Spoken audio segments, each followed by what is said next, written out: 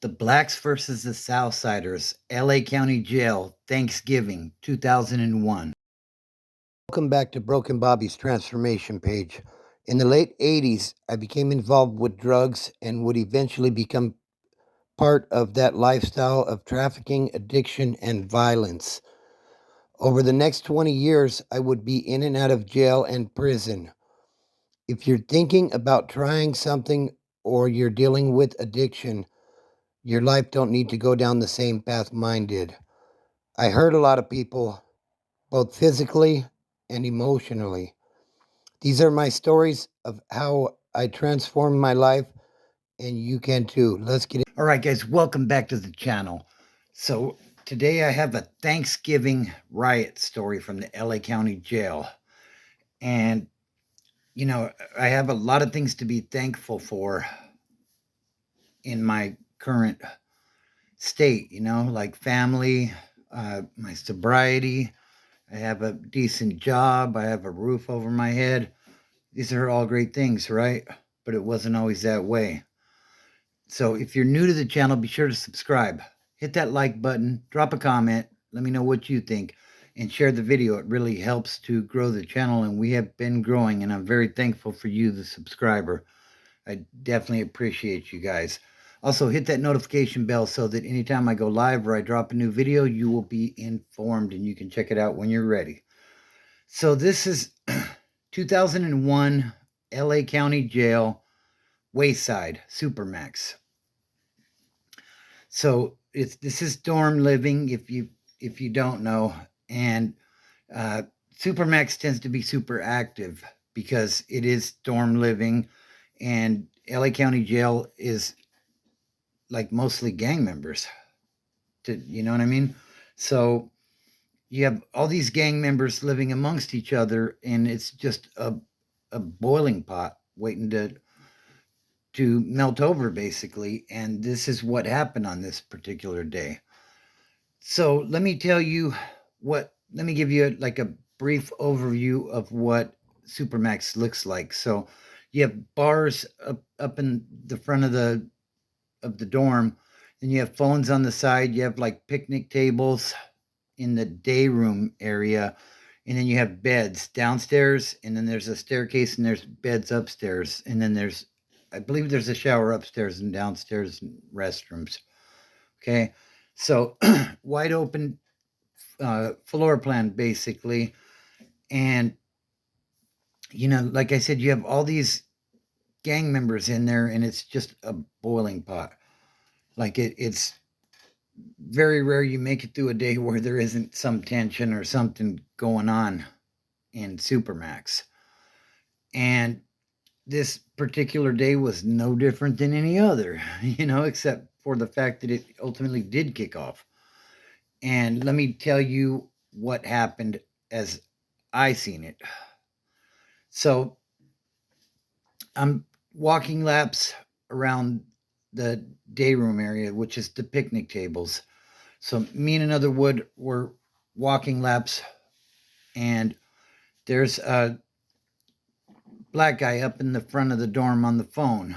I believe he was a blood because of some of the things well, I'm sure he was, the things that he was saying would lead me to believe that.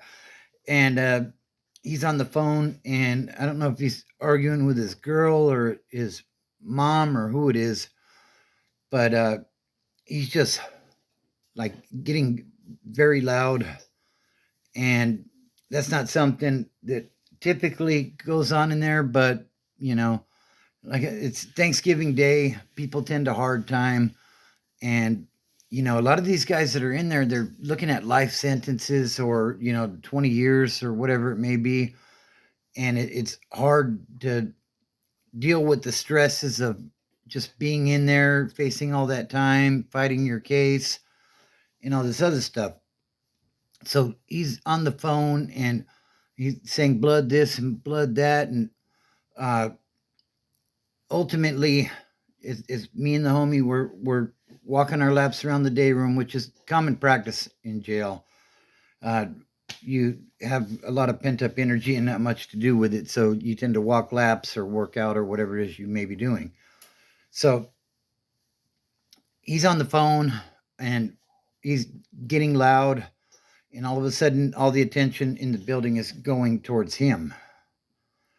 And when it gets quiet in jail, that's typically not a good thing.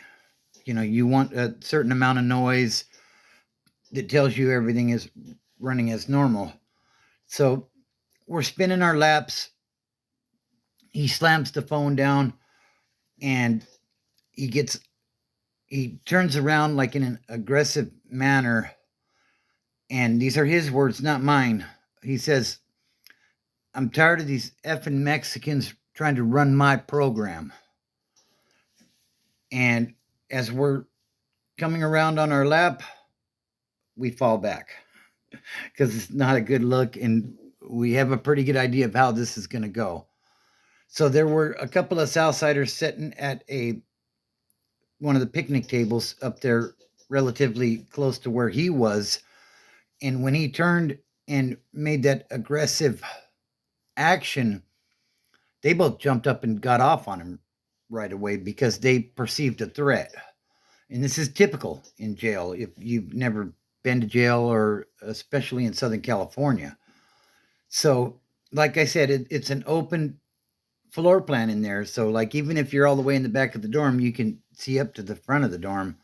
Like, there's no blind spots or anything that would obstruct your view. So, it starts off with those two. And next thing you know, you got like a 30 on 30 going on, and all hell's breaking loose. And we fall back into the bunk area to get away from what's going on up there. And I'll tell you, when these riots kick off, they're ugly. You know, it's very rare that both sides walk away with nothing major happening. And something else I'll tell you that I was taught later on when I got to prison was that if a spontaneous riot kicks off, you find the person of the group that your group is having the riot with, and you take off on them, the closest person to you. Now, here's the thing, that could be an 80-year-old man, but if he's part of that group, he's free game in that world. And that's not something I necessarily always, I didn't agree with that personally, and I couldn't see myself taking off on an old man if something did kick off, but that's what happened. And a couple of Southsiders got on an old man, and I was thinking, man, that's terrible. But some of the younger bucks came over and assisted, but this is the reality of jail and prison. It's a different world in there, and it's not nothing nice. And the thing is, because that one guy was having a bad day and hard timing it, his actions led to the involvement of everybody from his race in that building.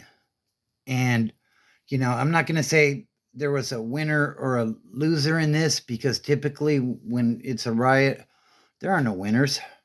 If you get deemed the winner of the riot, they don't say, "Oh, well, you get to go home, sir."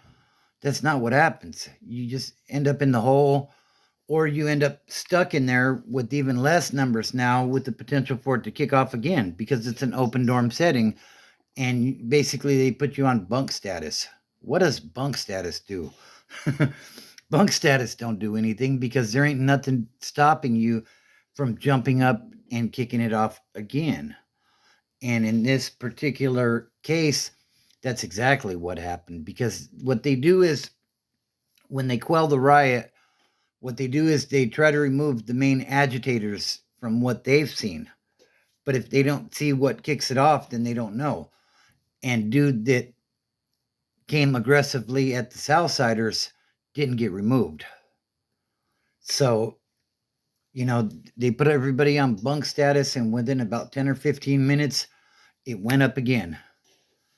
And, it's just ugly. A lot of people left bloodied, and, it's just not something that you want to be a part of.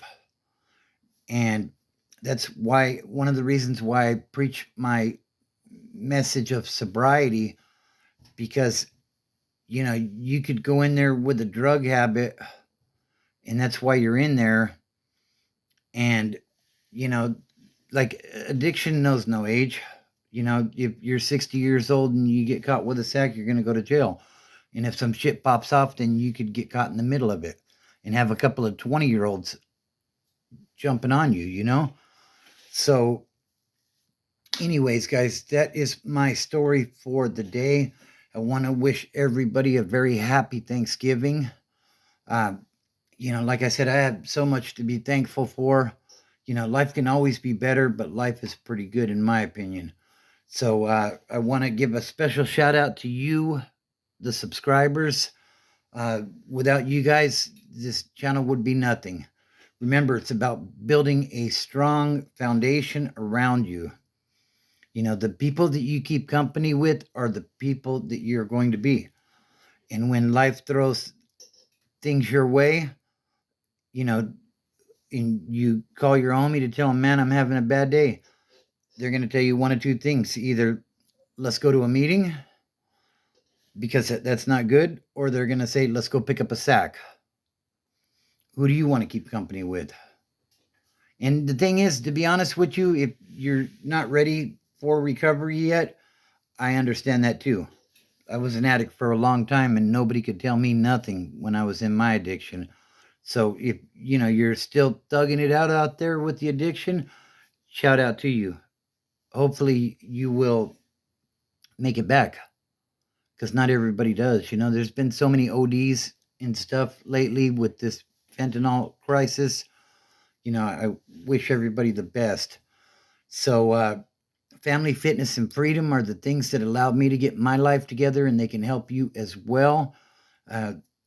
It's just one day at a time. If you're ready, welcome. I believe in you. You can do it. I never thought I would get clean, and look at me now. So if you're new to the channel, subscribe. If you like the video, definitely hit that like button. Drop a comment and let me know what you think. Also, share the video. It really helps to get the message out. And hit that notification bell so that anytime I go live, you will be notified. Or when I drop a new video, you'll be notified as well, and you can check it out when you're ready. Happy Thanksgiving, everybody. Shout out to all of you. I truly appreciate you. This channel would be nothing without you. Don't look at the mountain. Just start climbing.